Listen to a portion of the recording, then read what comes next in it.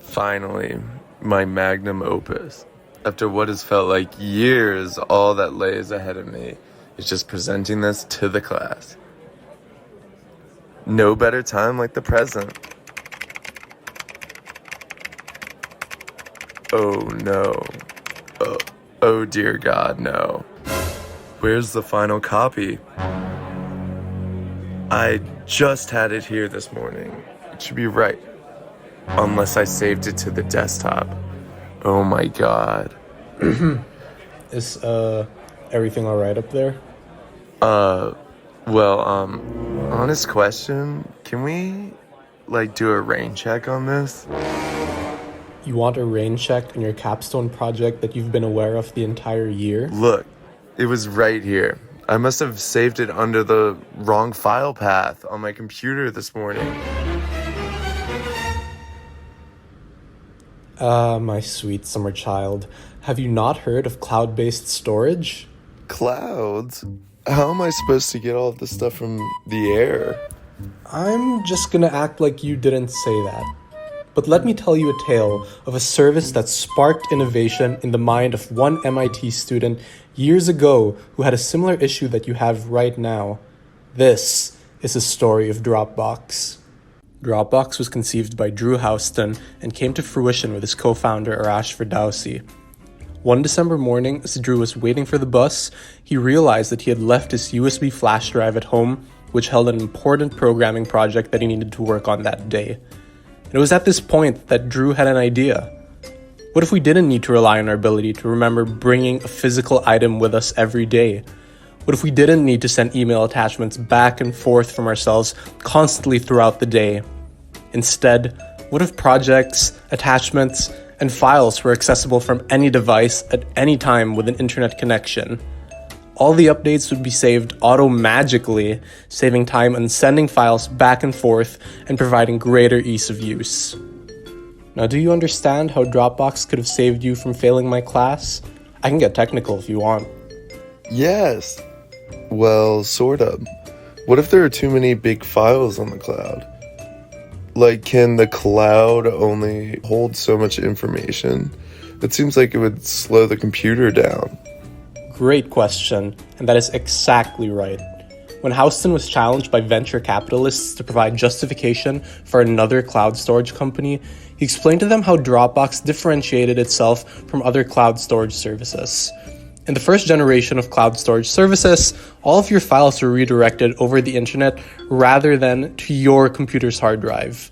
This meant your information had to travel thousands of miles away and back, making simple tasks freeze your computer.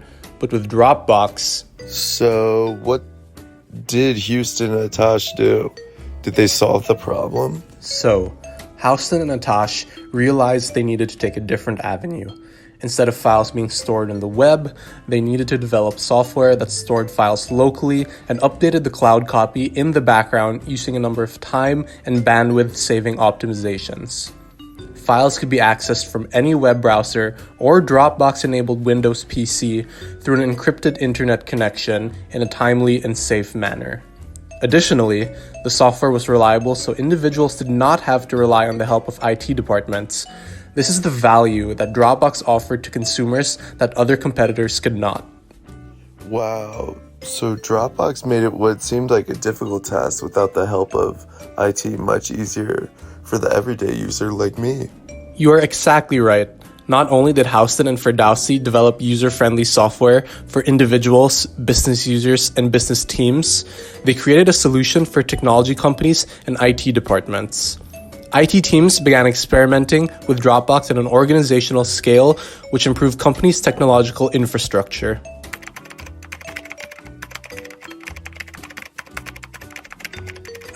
I love the smell of innovation in the morning.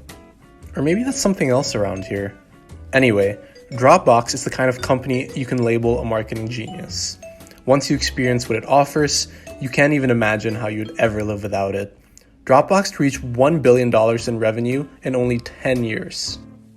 Wow, how did they do that? Well, using the product-led growth or PLG approach, Dropbox enabled people to discover and adapt to their product without all the company-driven support of traditional marketing channels.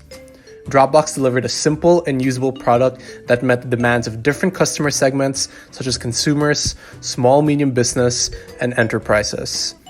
It even perfected the art of networking with clients to get more customers by having attractive incentives that encouraged users to refer to the service. It sounds like they really figured it out. While that may be the case, it wasn't always smooth sailing. It took them time to figure things out, and they had many challenges with their early marketing efforts. Like most internet services, they relied heavily on paid search advertising to gain new customers. However, the keywords they bid on were very obvious, so each campaign cost a loss. They would spend around $300 to acquire a paying customer, and it really wasn't sustainable since an annual subscription was only $99. So Dropbox must have been losing a lot of money with this strategy. I imagine they stopped doing this since it was so costly. What did they end up changing? Well, while their marketing efforts weren't profitable, they were still able to reach 200,000 users 10 days after launching and 1 million users by June 2009. The thing is, most of them were acquired through word of mouth and other marketing efforts and not through paid search. There was a realization that Dropbox was just built different. Someone isn't going to wake up in the morning and randomly think, I don't want to use USBs anymore. If they didn't think there was a problem, why would they search for a solution? As a result, Dropbox abandoned paid search entirely and instead focused on organic growth. This proved to be very successful, as they were able to reach 2 million users by October 2009, and from then on, they just had to stay the course. Dropbox was a late newcomer to the online backup market. Competitors whose primary customers were small businesses typically outsourced online storage services to remote data centers. Prior to the development of the MVP, there was growing anticipation that Dropbox would be in a position to succeed based upon the customer's willingness to pay. The very first prototype allowed Windows PC users to access files of any proportion through an encrypted online connection. PC users were also able to copy and store files into Dropbox folders, in addition to instant updates of file changes, which helped save time and bandwidth. The MVP was designed to handle instances in which users may experience poor internet connection or corporate firewalls. Now that they have their working MVP, Houston then needed to test out potential demand. To do this, Houston used the principle of user-centered research methods. How so? During the early stages of demand testing, Houston created 3-minute recruiting videos for his college fraternity. These videos were a product demo that would be featured and uploaded to a popular online forum called Hacker News. His fraternity brothers were essentially the beta testers who were able to provide valuable feedback. Houston explained that not launching is pain, but not learning can be fatal. There was another motivation for Houston to use Hacker News as its beta forum, and that was to connect with his founder, Paul Graham. Through finding a key partner, Dropbox could potentially find a source of additional capital. The move would eventually pay off as the company received a $15,000 paycheck from Y Combinator to support funding efforts. This key partnership was a pivotal relationship for Dropbox. In exchange for a percentage of equity stake, Dropbox would be provided with mentorship, workspace, and accessibility to other advisors and investors during the first 3 months. Y Combinator also provided an additional $20,000 for seed capital. Lastly, by the end of the first 3 months, Dropbox would have an opportunity to showcase their service to more potential investors by presenting it on Demo Day. A plethora of up-and-coming startups are known to apply to this program with the hopes of attracting well-known investors and prosperous venture capital firms. And that takes us back to today. Dropbox now features over 700 million active users across hundreds of million devices, with 1.2 billion files saved to Dropbox daily. The organization itself has seen consistent quarterly and annual growth in terms of revenues, hitting $1.91 billion at the end of last year. Even with some negative figures for EPS, operating, and net income, these trends are still heading in the right direction over the last years, and these figures approach zero. Not bad, Dropbox. Not bad at all. Especially over the last year, as most workers have adapted to transitioning to a work-from-home model, being able to save content across devices has become critical for our society. That being said, Dropbox isn't the only service available out there for consumers to use. Luckily for you, my dear student, I am well versed in some of these competitors as well.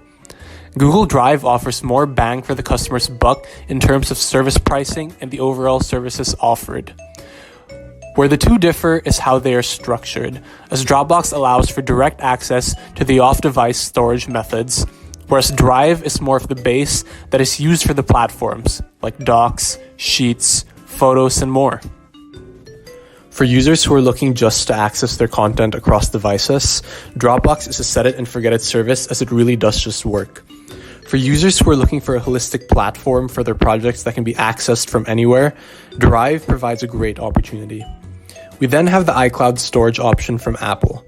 iCloud holds a relative cost advantage to Dropbox for consumers, with cheaper storage plans up front and more storage available by default. Dropbox does offer universal integration with file types, especially with more commonly used programs like the Office suite when compared to the Apple productivity apps like Pages and Sheets. iCloud also has an advantage with users who already own Apple devices with the interconnectivity that comes by default with Apple devices across the user's Apple ID, since that does not require the download of a third-party app or logins upon starting the machine. Rather, it is available as soon as the device is set up and signed into with an existing account. Wow, that was a lot. You're welcome. Now, back to this project. Now that you know about these alternative storage options, you should have no excuse for this to happen in the future, right? Totally. I never realized how easy it would be for me to save my projects. Can I go home, create a Dropbox account, and come back and present later? Yeah, that sounds good to me.